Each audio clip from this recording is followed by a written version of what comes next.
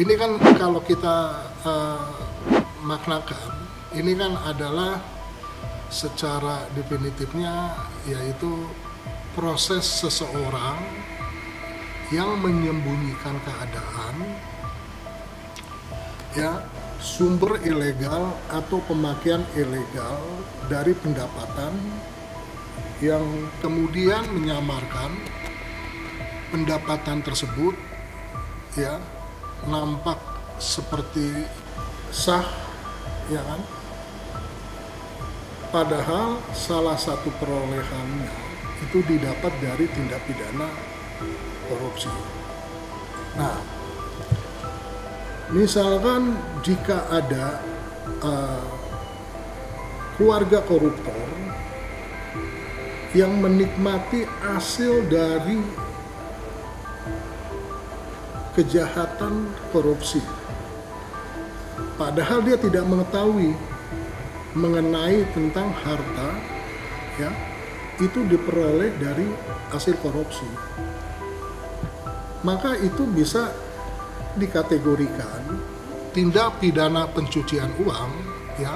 Kalau kita mau maknai, itu kan adalah suatu proses seseorang yang menyembunyikan keadaan, ya, sumber ilegal atau pemakaian ilegal dari pendapatan, ya, yang kemudian disamarkan pendapatan tersebut seperti atau nampak seperti sah, ya kan, padahal perolehannya tersebut itu diperoleh dari tindak pidana korupsi.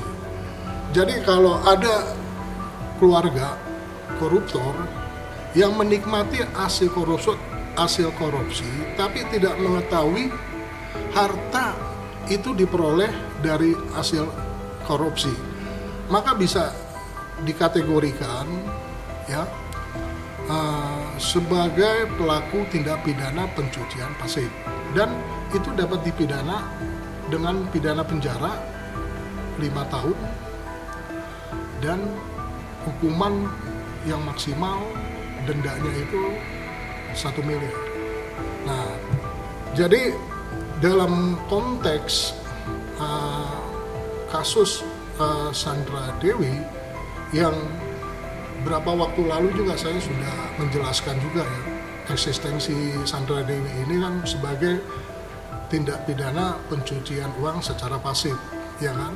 Nah, seharusnya pihak Kejagung, ya, untuk segera untuk menyatakan kepada saudari Sandra Dewi untuk dinyatakan sebagai tersangka dalam tindak pidana pencucian uang dengan syarat yang tentunya dikonstruksikan kalau memang sudah terpenuhi pasal 2 ayat 1 yang sebagaimana di dalam pasal 5 Undang-Undang Nomor 8 Tahun 2010 tentang tindak pidana pencucian uang.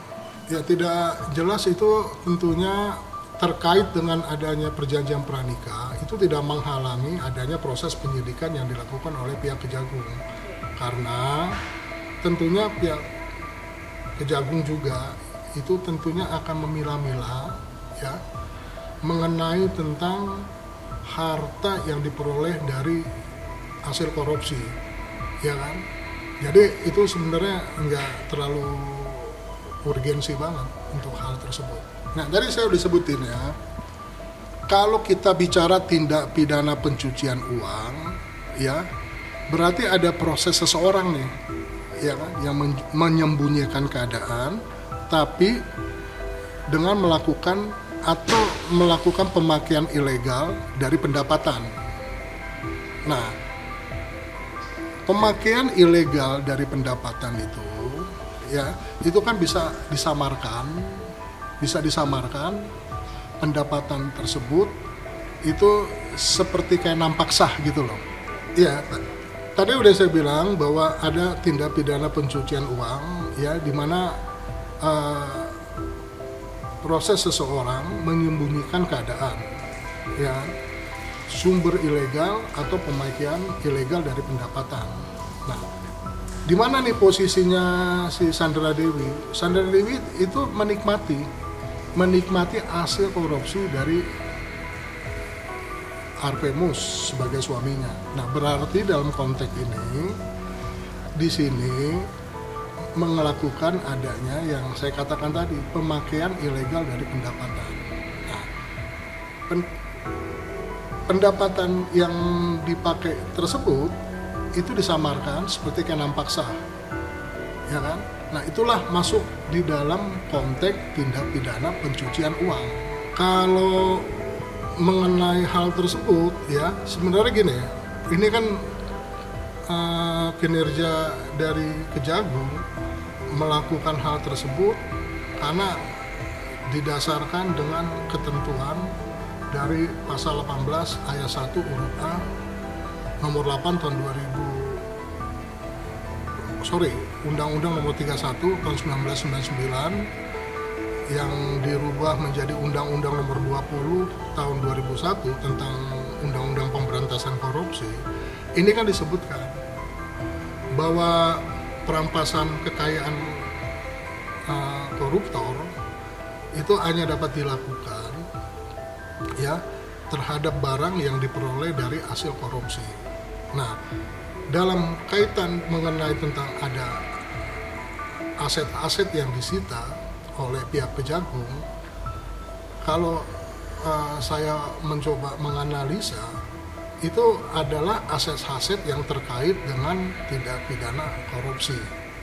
Nah, namun di dalam konstruksi dari pasal tersebut itu juga memberikan opportunity, memberikan peluang kepada koruptor ya untuk mau mencoba mengakal-ngakali ya atau menyembunyikan harta-harta mungkin yang bisa dengan tujuan untuk tidak bisa terdeteksi gitu loh.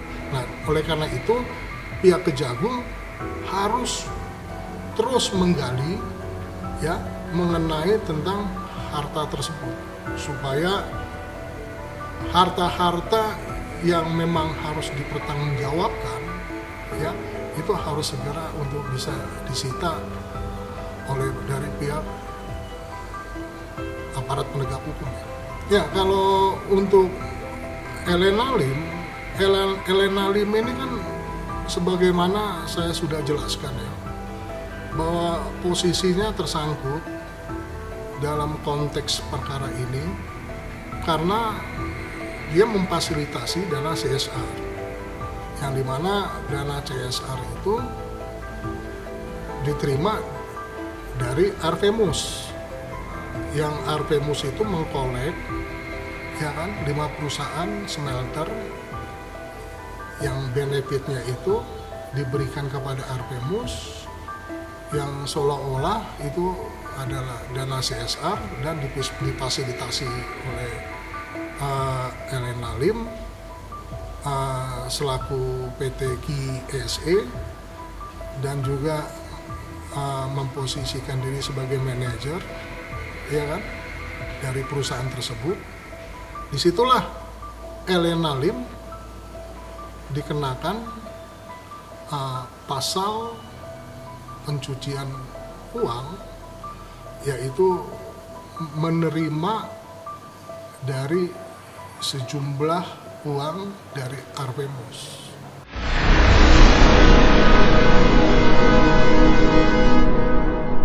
Jadi jangan lupa untuk subscribe Cumi Cumi. Ditekan ya tombol lonceng merahnya.